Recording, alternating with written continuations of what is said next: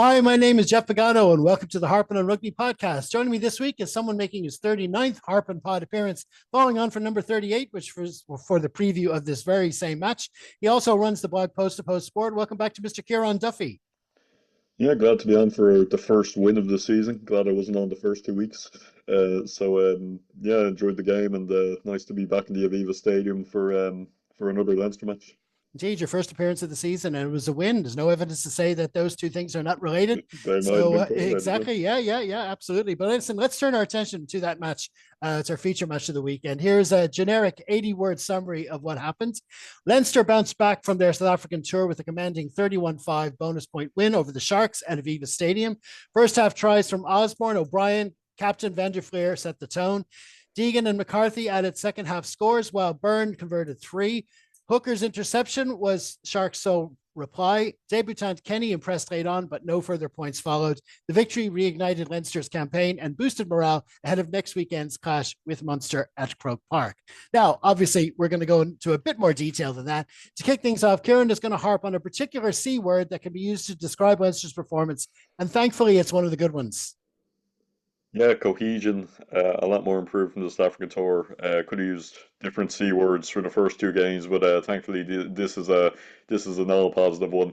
I thought generally just the performance in general was a lot better, and a lot of that's down to the fact that I think we were over the pre-season blues a little bit. I think if you look back at that Stormers game, we never got going. We never got out of pre-season mode. It was nearly just like a pre-season friendly where the result didn't matter except it was a competitive game.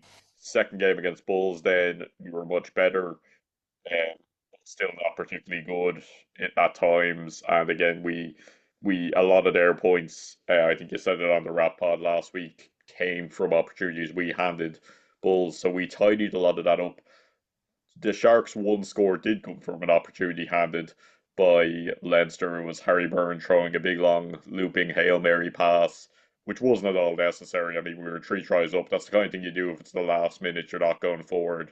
And and you need to try something special to try and get a point back in a knockout game, to try and get the win in a knockout game. But aside from that, I thought we were particularly good. Still not perfect, but particularly good. Looking at each of the five tries, I will say the fifth try, Sharks handed it to us. I mean, it was an overthrown line out. Gus McCarty was in the right place. He had the wherewithal to catch the ball and decide to run really quickly and spot the gap. I mean, he could have easily paused there and tried to take it into contact, but I thought he was very alert. And it's good to see that late in the game because I think that's the kind of clinical thing that Leinster had in the past. But for the first four tries, I think the cohesion was on show. The first try, we had advantage for offside. Josh van der Fleer had taken the ball into contact, and then a great pass by Jamie Osborne, who I thought was really good.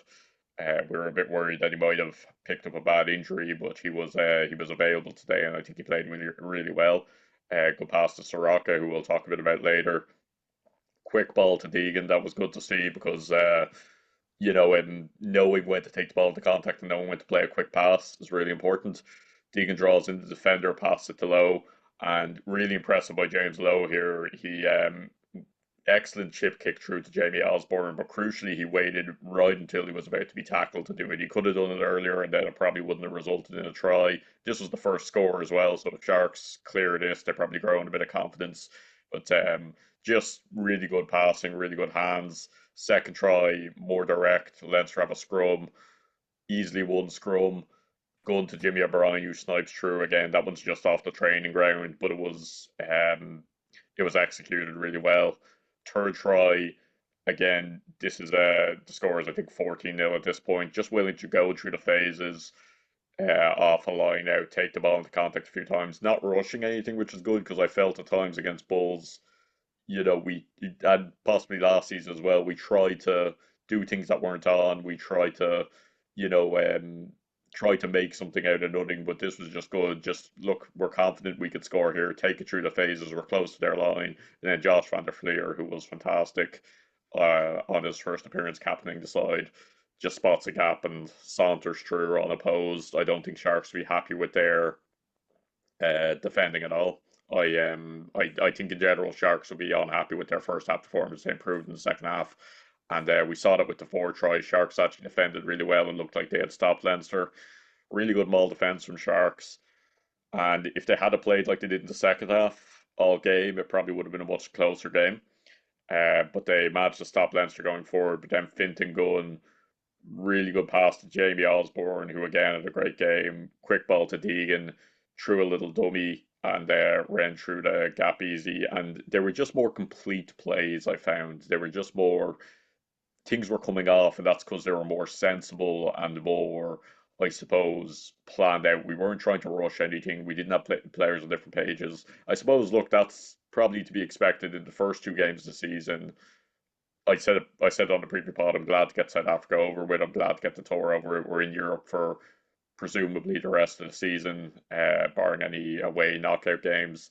But really good to get those games over with. So now we can forget about that and focus on the league. I think we'll need to be better, probably in bigger games. But I think we were a more complete side, more clued in, more glued together. And those four tries, fifth try, as I say, was just Gus McCarthy standing in the right position.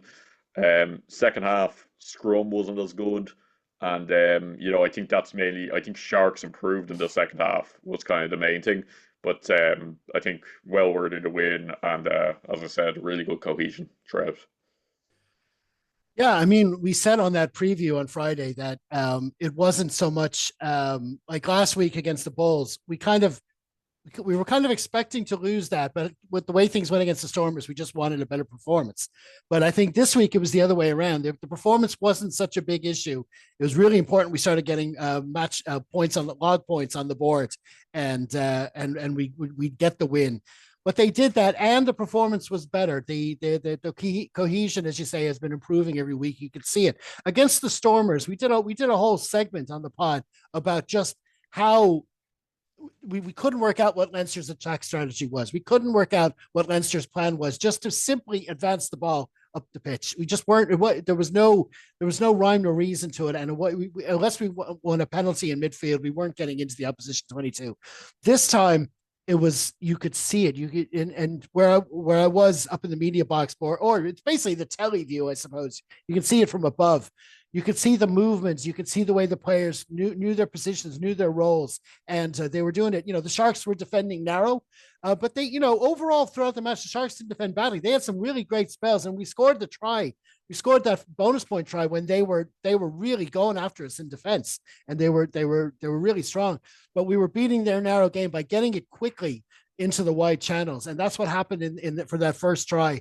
And it wasn't just the back line involved. You had both Deegan and Soroka involved in that set move that got it wide to low. And as you said, we had that little improvisation at the end, the little kick forward to Osborne, that little extra bit of sauce at the end of the move, and Osborne was able to finish. So that was a great finish for that first try. And that kind of continued throughout. You described all the tries. The second try was just an inside pass to O'Brien with Frawley running a dummy line. Very simple, but they executed it really well. I think the key now, Harry Byrne got player of the match, and I think he definitely deserved it. It was a great outing for him. It's great to have him back, and he's looking a much more complete player. I think the spell of Bristol did him well and good. But I think a key to what happened with Leinster as well was Fintan Gunn. I was kind of harsh on Luke McGrath in the preview as well, and in previous write ups and raps and stuff. But I just think that what Gunn brings is what we got used to from Gibson Park is those long fizzed missed passes that take two players out of the game, and that helps get the ball quickly into those wide channels. But now we seem to have multiple players doing it. And he's able to do it. He's able to miss players out accurately, even within 5 meters of the try line. But you've also got a 12 as well. We're going to talk about Kieran Frawley for our bonus chat, but he was doing it as well. So when you have multiple players along the line able to throw those long passes, accurate passes, that's going to get it quickly into the wide channels and beat that narrow defense. And that's what was happening for the most part. Now, like you say, sometimes we tried a little too hard to get it quickly. There were some kick passes done or some long passes thrown they just weren't on at that time. But overall, the eagerness to get it out there into those channels was good to see.